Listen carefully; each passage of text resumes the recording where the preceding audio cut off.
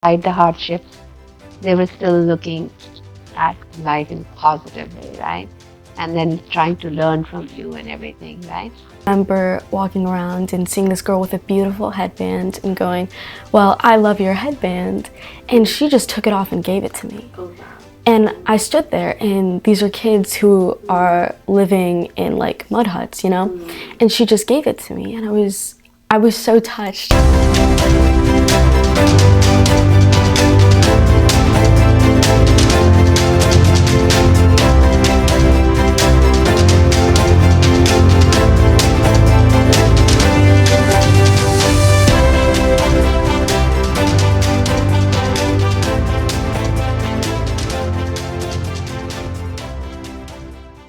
Hi, Poonam.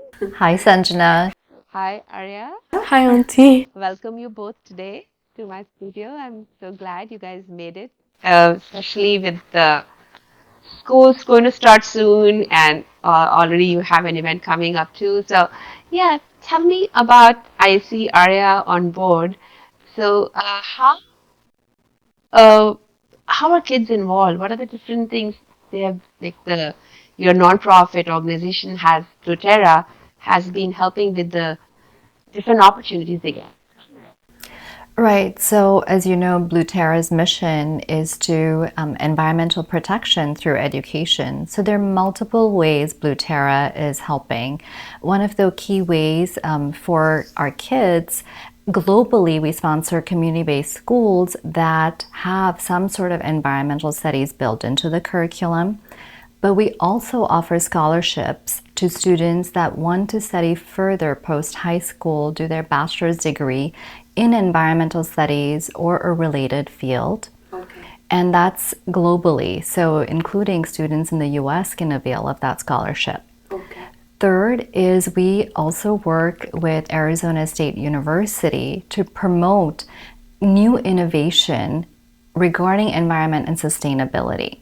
So they have a program, a business entrepreneurship program for their students, and they run the students through this curriculum, and then students come out with new innovative business ideas. So we give grants to students that have the best impact on the environment. So last year we awarded the grant to Jeff Watkins from Proper Pack. It's a company that he created that replaces all the plastics, the can holders for beers and things like that, with paper, and it's waterproof. So it was a really great innovation and solution. So this is one way. The other way is for kids locally to get engaged. They can volunteer with Blueterra. They can also go on trips to visit one of the partner schools and spend time at those schools internationally, where they can work in tutoring and helping the kids in those schools, as well as each partner organization has their own environmental program. In Kenya, for example, they have a sustainable farm. They can help on the farm. In Honduras, they build schools in a very sustainable way, no machinery, with clean materials, so they can help there. They can volunteer in India. So there's many ways to get engaged. If you're looking for something more in a leadership position, there's also a student board, and they're always recruiting and looking for more members, because that is a strong leadership position. So it's like a threefold, right? First is you are sponsoring students, Second is the innovation part, people who are inventing new stuff. And the third is more opportunities at actually, working where you guys are going and helping out, right? So, Arya, what experience did you have when you went to the organization? You've gone 4 times, right?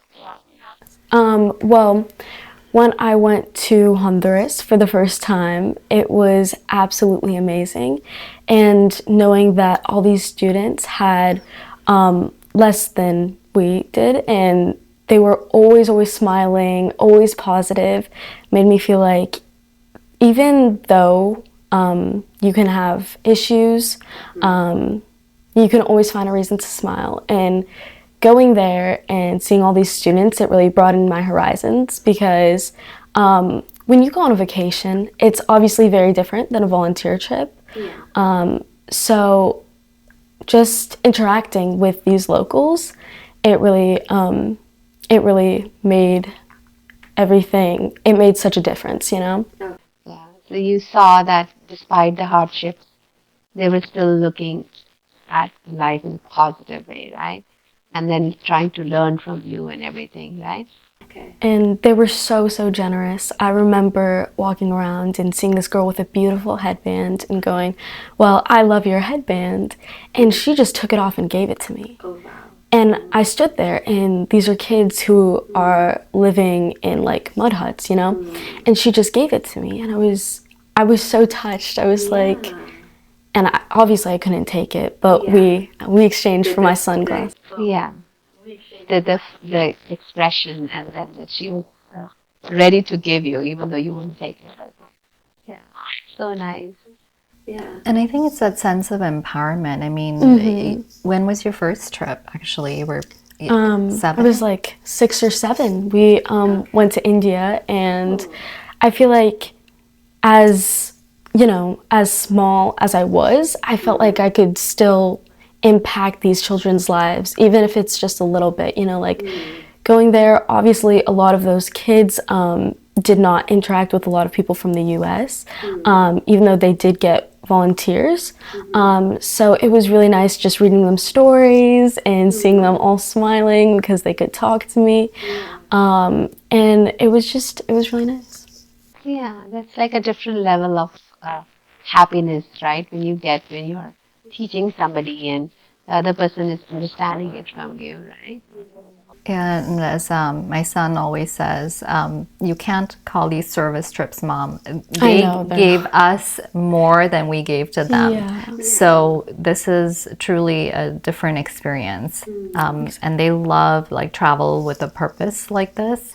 This is why, you know, we offered to take them on vacation, and all the teens that came on one of our trips to Honduras, we offered to take them to other places, and they all requested to go back.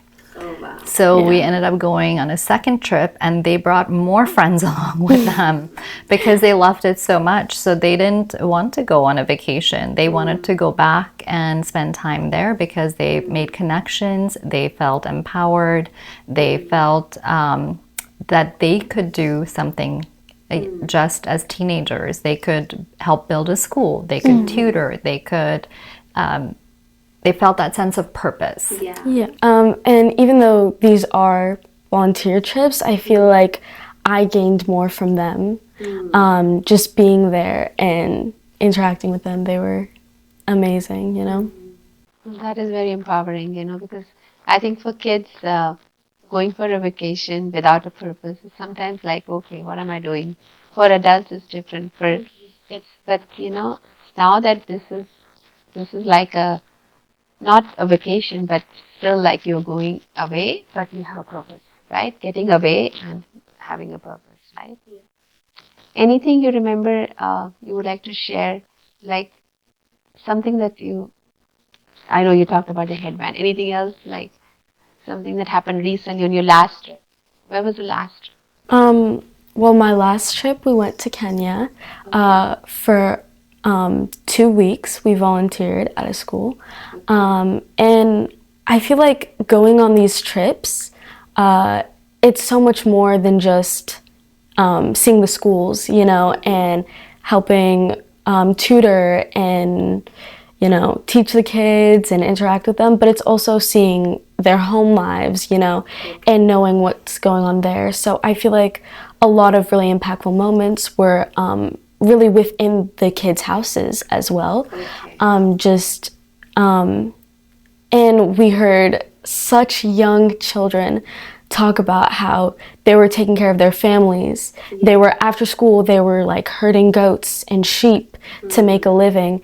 And it hurt my heart knowing that they want so badly to have a basic education, and there's so many kids that I know that are like, wow, I have to go to school again, you know, like, oh, it's back from summer vacation, you know.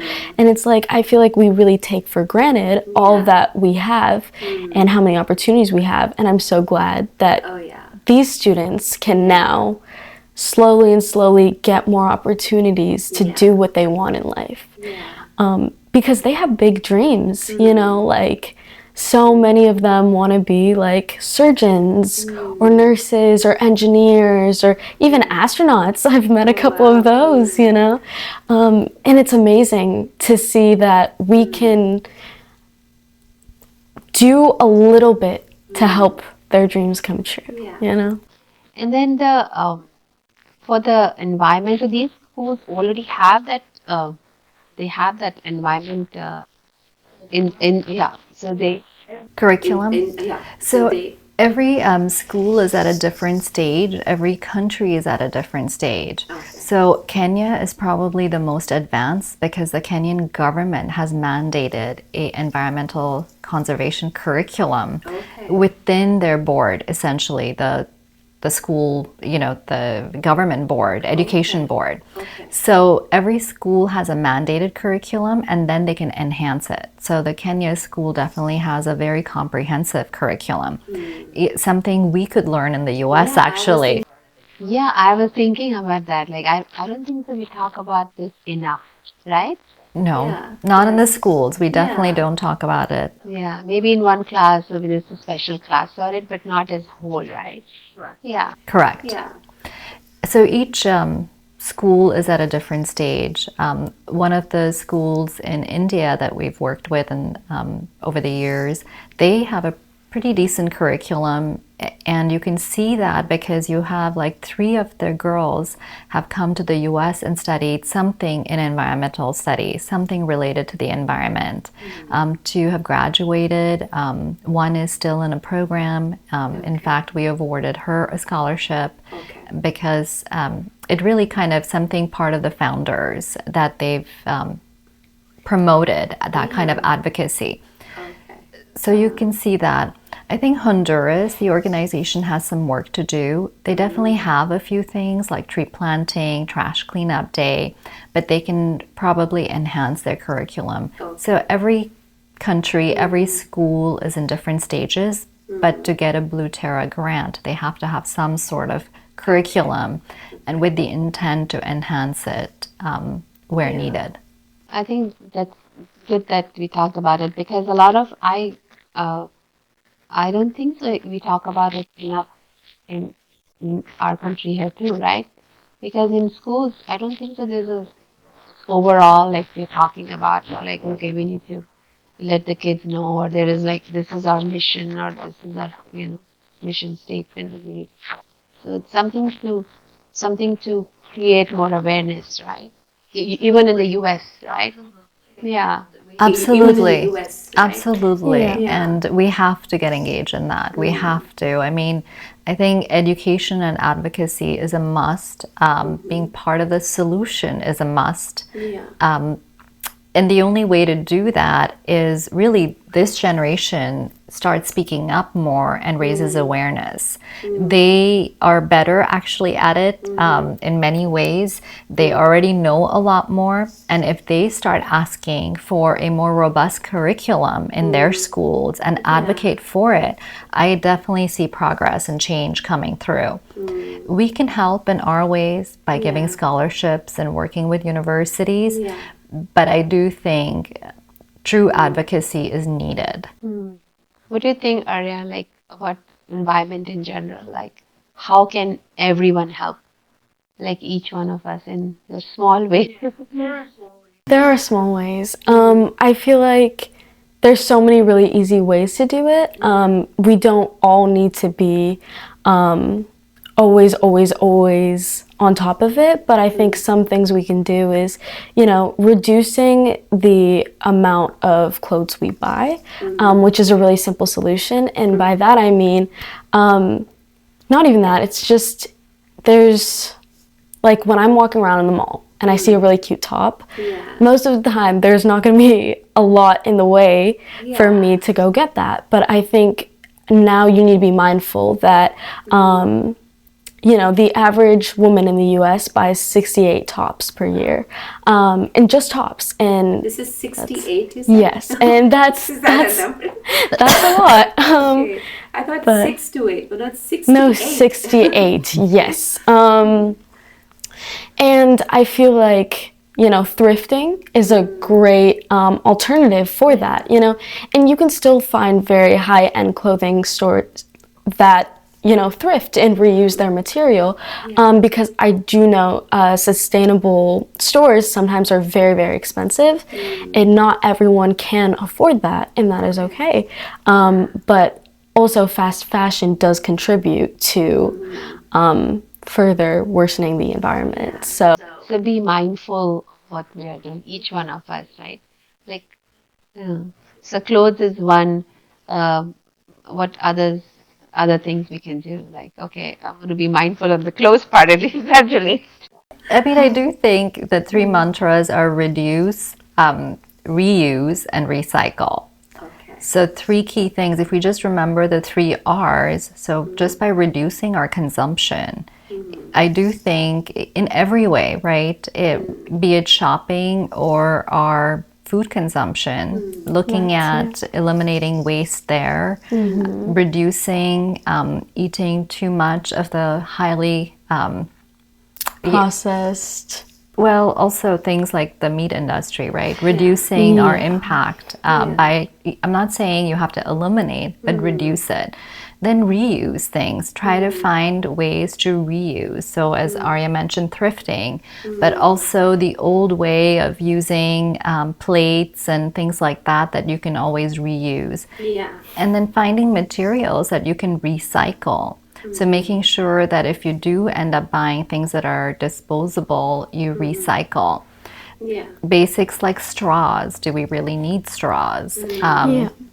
Just starting to look at every time you order something, look at the packaging that it comes in. Maybe you just go with your own shopping bags and buy things. Yeah. So there's many solutions that we can also come up that are very simple and easy to incorporate into our lifestyle. Yeah.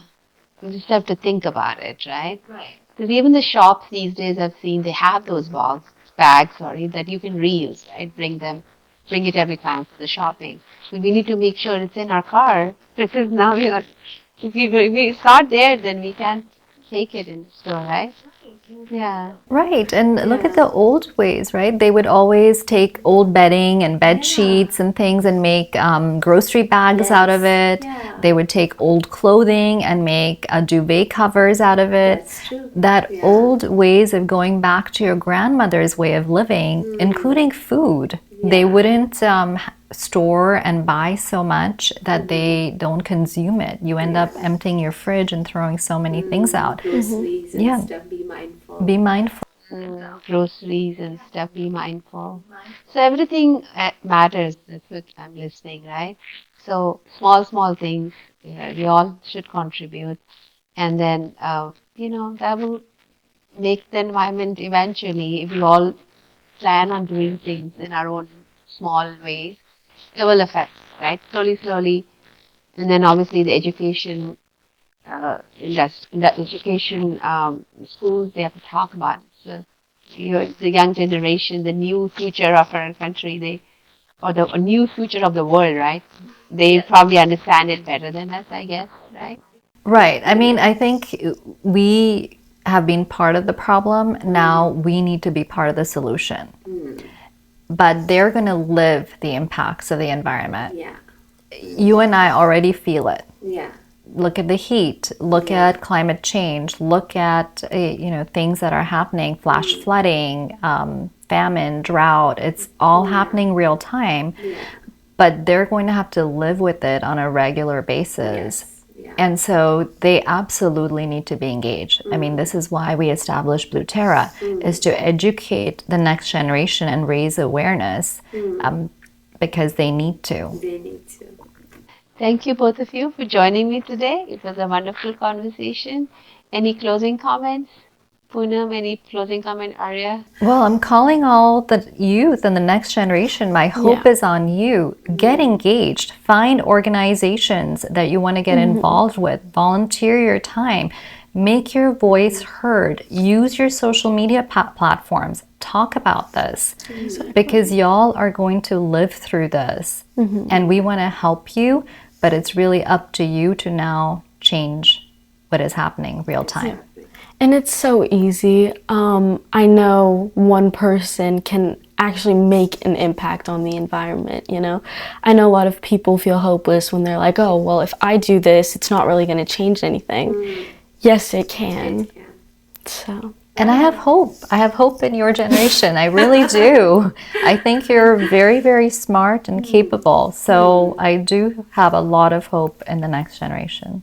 All right. Thank you, both of you, for coming out today and, talking about something we all need to know about, need to talk about, increase awareness, and let's, all be together in this, right, to improve our futures. Right? Absolutely. Yeah. Thank you so much for having us. I really appreciate it.